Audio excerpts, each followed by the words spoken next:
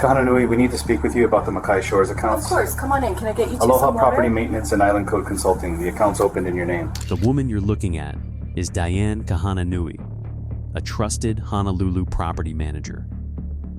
What happens next exposes her as the architect of a $647,000 embezzlement scheme.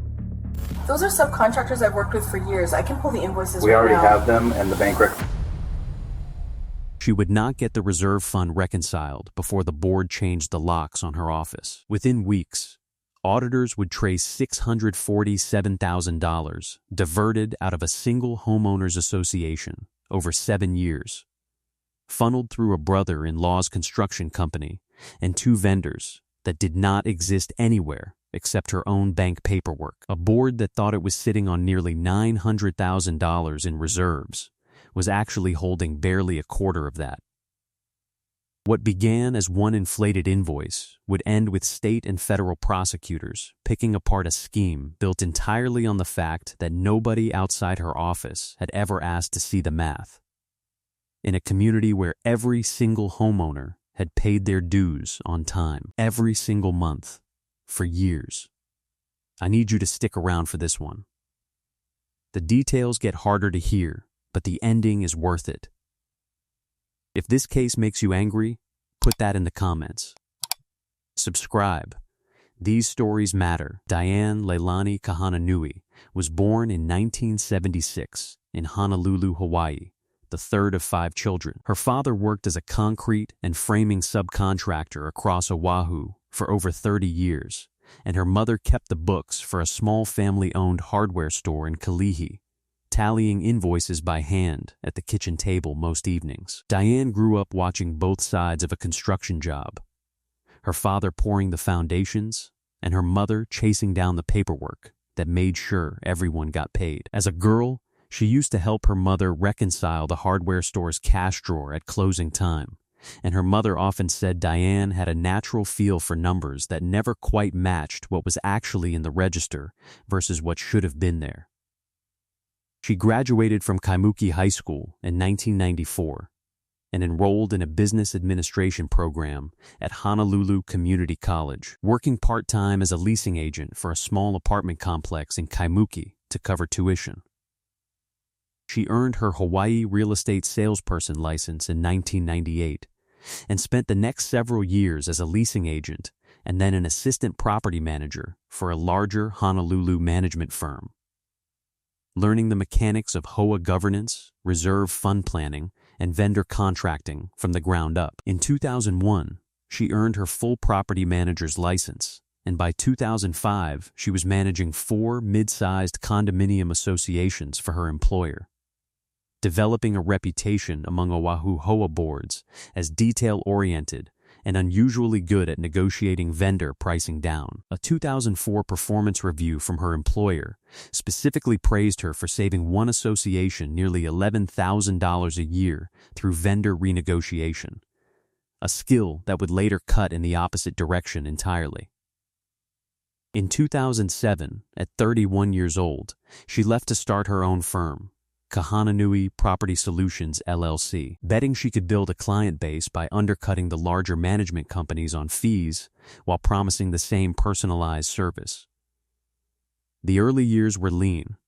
She worked out of a spare bedroom, managed 2 small associations, and took on bookkeeping work for a handful of local landlords to make ends meet. In 2013, after a competitive selection process, the board of the newly built Makai Shores Community Association, a 312-unit development along Oahu's windward coast, hired her firm as its sole contracted management company, drawn by her promise to run a leaner operation than the outgoing management firm had. Her first 3 years managing Makai Shores were, by every account available to the board, excellent. She reorganized the association's maintenance request system, renegotiated the landscaping contract down by nearly 15%, and produced monthly financial reports the board president at the time described as the clearest paperwork he had seen in a decade of HO service. Her personal life was less steady. She and her husband divorced in 2015 after 12 years of marriage, leaving her as the primary support for their teenage daughter, and carrying a mortgage on a home in Kaneohe that had been financed on two incomes. Around the same time, her brother-in-law, Kalani, who ran a small general contracting outfit called Pacific Grade Construction, was struggling to keep his own company afloat after losing two larger commercial bids in a row. Therefore, by 2016, two people who needed money were sitting across from each other at a family barbecue, one of them holding sole signing authority over a homeowners association's maintenance budget, and the other holding a contracting license and an empty pipeline of work. Homeowners associations in Hawaii, like most states, are run by volunteer boards made up of residents who are elected by their neighbors and typically have no professional background in construction, accounting, or property management. Because of that, the vast majority of HOAs, including Makai Shores, contract with a licensed property management company to handle the daily operations. The board itself has neither the time nor the expertise to manage directly. That contract typically includes collecting monthly dues, maintaining operating and reserve bank accounts, soliciting and approving vendor contracts for maintenance and capital improvement work, and producing regular financial reports for the board's review. For a 312-unit community like Makai Shores, that meant Kahananui Property Solutions controlled several $million in resident dues over the life of the contract, spread across an operating account for day-to-day expenses, and a reserve account meant to fund large future projects like roof replacement, repainting, and infrastructure repairs. Under her management contract, Diane Kahananui held sole signing authority on both accounts, meaning she could approve and issue payments up to a threshold set by the board without requiring a second signature. Most HOA boards set that threshold based on trust built over years of clean reporting rather than any independent verification. Since board members rotate every 1 to 2 years and rarely have the accounting background to audit vendor invoices against market rates themselves, the board relied entirely on Kahananui's monthly reports for its understanding of the association's finances. Those reports listed account balances, recent expenditures, and reserve fund projections, but did not include underlying vendor invoices unless a board member specifically requested them, something that, by the board's own later admission, had not happened in more than 5 years. State law required Makai Shores to commission an independent reserve study every few years to assess whether its reserve fund was adequately funded for future capital needs. But that study relied on the reserve balance figures Kahananui herself supplied, meaning even the association's one outside financial check was built on numbers she controlled. That system worked exactly as designed for years, right up until the moment the person producing the reports was also the person deciding what those reports needed to show. The first inflated invoice traced back to March 2016, when Kahananui directed a routine irrigation repair job to her brother-in-law's company, Pacific Grade Construction, at a price roughly 20% above what 2 other Oahu contractors had quoted for similar work the previous year. The board, reviewing only Kahananui's summary report and not the underlying bid comparison, approved the payment without question. Kalani, in turn, paid his sister-in-law a cash kickback equal to 35% of the inflated margin, an arrangement the two of them settled on, according to later testimony, over dinner at a family gathering. Over the following 7 years, Kahananui directed every maintenance and capital improvement contract at Makai Shores exclusively to Pacific Grade, never soliciting a competitive bid again after 2016. Invoices were inflated between 20 and 45% above verified market rates, depending on the scope of work, with larger capital projects like roof sections and a 2021 exterior repainting job generating the largest margins. A 2021 repainting and waterproofing invoice, for instance, came in at $347,000 for a scope of work that competing contractors would later quote at under $210,000. In 2017, Kahananui expanded the scheme further, registering 2 shell vendors, Aloha Property Maintenance, and Island Code Consulting, using addresses that did not correspond to any actual business location. She opened single signatory bank accounts for both entities under her own control, then began submitting invoices from them directly to the Makai Shores operating account for services that were never performed at all, ranging from code compliance consulting to landscaping supplements. Because both invoices arrived on official-looking letterhead and were paid from an account she alone controlled, no one at the association ever had reason to question whether Aloha Property Maintenance or Island Code Consulting actually existed. The two revenue streams worked in parallel. The inflated Pacific-grade contracts generated cash kickbacks paid directly to Kahananui outside the banking system, while the shell vendor invoices moved association money into accounts she controlled directly, with withdrawals to her personal checking account, typically following each deposit within 72 hours. By the end of 2022, the scheme had become large enough that Kahananui was reporting a reserve fund balance of $892,000 to the Makai Shores board, a figure that, unbeknownst to anyone reviewing her monthly reports, was overstated by roughly $650,000 against the account's actual balance. The money funded a comfortable but not flashy life, paying off her Kanohi mortgage early in 2020, covering her daughter's tuition at a private high school, and funding a small rental property she purchased in 2019. Purchases that, to neighbors and colleagues, looked like the reasonable success of a well-regarded small business owner rather than the proceeds of a scheme against the very community she managed. The signs, in hindsight, were there. A departing board treasurer in 2020 had briefly questioned why Pacific Grade's invoices for similar-sized jobs seemed to increase year over year, but accepted Kahananui's explanation about rising material and labor costs across Oahu, a genuine and well-documented trend at the time that made an inflated invoice easy to explain away. No board member, in 7 years, ever independently verified a Pacific Grade quote against another contractor, and no board member ever asked to see documentation proving Aloha Property Maintenance or Island Code Consulting had actually performed the work they billed for.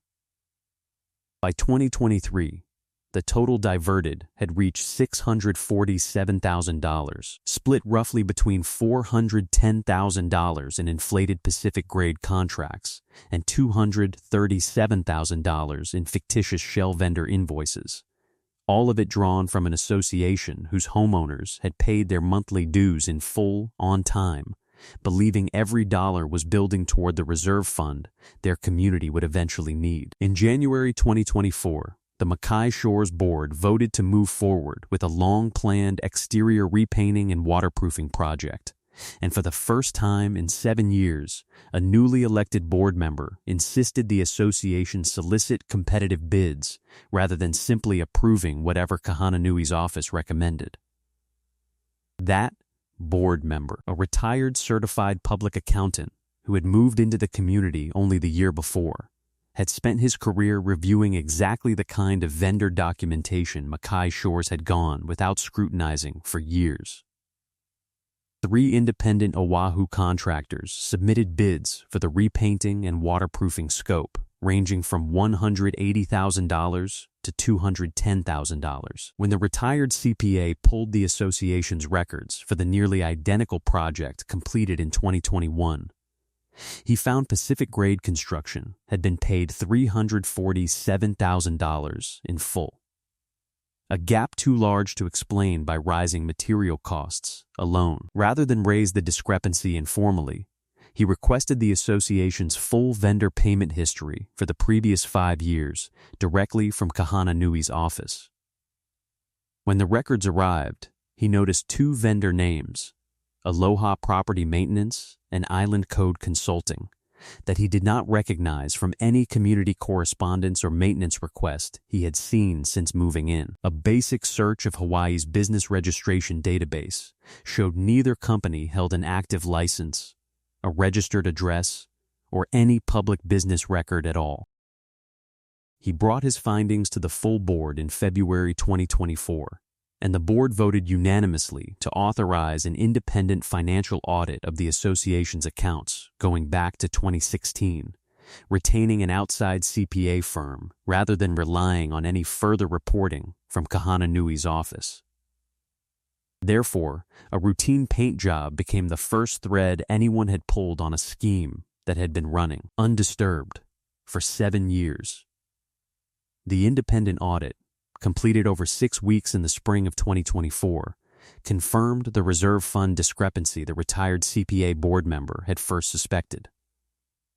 Against a reported balance of $892,000 at the end of 2022, auditors found an actual reserve balance of $244,000, a gap of roughly $648,000. The board referred its findings to the Hawaii Department of Commerce and Consumer Affairs Real Estate Branch, which opened a licensing investigation and, given the scale of the discrepancy, referred the matter to the Honolulu Police Department's Financial Crimes Unit. A subpoena for banking records tied to Aloha Property Maintenance and Island Code Consulting revealed both were single signatory accounts opened by Kahananui herself in 2017. With every deposit traceable directly to Makai Shores HOA payments, and nearly every withdrawal moving to her personal checking account within 72 hours of that deposit clearing. Investigators also obtained 7 years of Pacific-grade invoices and cross-referenced them against independently verified market rates for equivalent scopes of work, confirming a consistent pattern of markups ranging from 20 to 45% across dozens of jobs. Cash deposit records from Kahananui's personal accounts showed 34 structured deposits between 2016 and 2023, totaling $218,000, amounts consistent with the 35% kickback arrangement described in later testimony. A bookkeeper who had worked for Pacific Grade Construction during the relevant years agreed to cooperate with investigators, describing a recurring pattern of standing cash withdrawals her employer made shortly before each Makai Shores payment cycle cleared. Cash, she said, was always earmarked, in her employer's own words, for Diane's cut. She also produced a set of handwritten ledger pages Pacific Grade had kept internally, tracking the markup percentage applied to each Makai Shores job separately from the company's other honestly priced clients. A detail that made clear the inflation was deliberate and specific to this one association, rather than a general pricing philosophy. The FBI's Honolulu field office joined the investigation once the scope of the wire transfers made clear the scheme involved interstate banking systems, opening a parallel federal inquiry into wire fraud alongside the state's theft and money laundering case. The smoking gun was the shell vendor bank records themselves.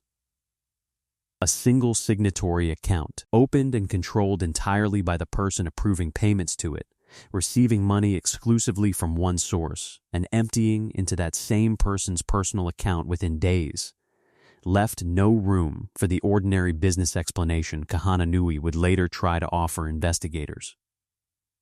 On May 20th, 2024, at 2:10 in the afternoon, detectives from the Honolulu Police Department's Financial Crimes Unit arrived at Kahananui Property Solutions' small Kalihi office as Diane Kahananui was finishing a phone call with another client. "Miss Kahananui, we need to speak with you about the Makai Shores accounts," the lead detective said. She set the phone down and smiled, standing to shake his hand. "Of course, absolutely. I've got nothing to hide here. Can I get you both some water? This must be about the audit." Aloha Property Maintenance and Island Code Consulting. Accounts opened in your name, receiving Makai Shores money and paying out to you personally. Her smile didn't move, but something behind her eyes did.